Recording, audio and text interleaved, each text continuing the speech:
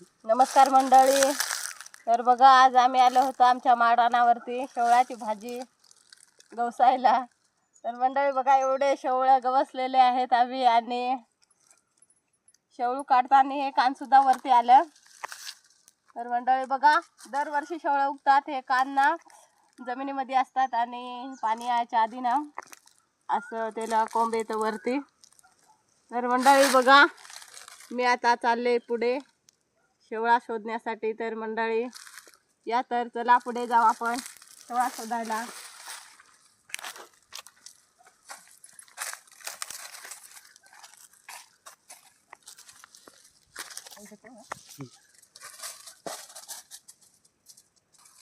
या तर बघूया.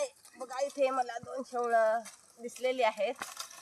तर या आता खणून काढते हे शेवळं मी.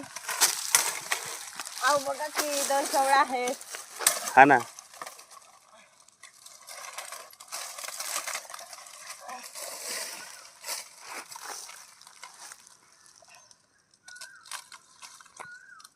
तर बघा मंडळी, किती मेहनत करावी लागते रानभाजी शोधण्यासाठी.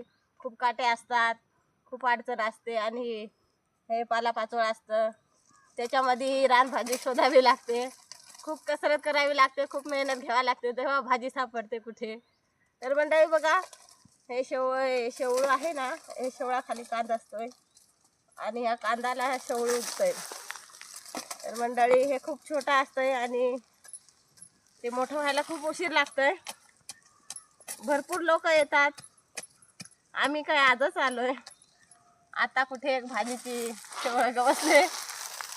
खूप उशीर लागतोय शोधायला मंडळी, आणि खूप अडचण सुद्धा असतंय, त्यामुळे लवकर सापडत सुद्धा नाही. खूप फिरावं लागतंय रानात. किती मोठं सापडलंय आता आम्हाला सध्या. तर मंडळी बघा, हे दुसरं आता हे खणून काढते मी.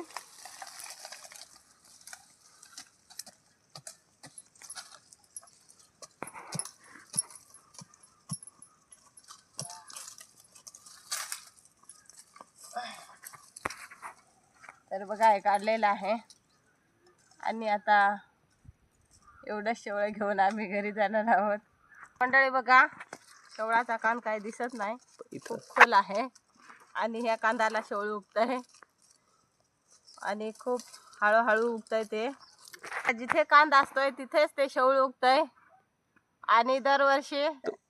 तर मंडळी बघा, शेवळं खणून झाले आता, खूप उशीर झालेला, खूप भूक सुद्धा लागलेली आहे. चला आता जाऊया घरी. एवढे शेवळं गवसले आम्ही एक भाजीचे, आणि आता घरी जातोय.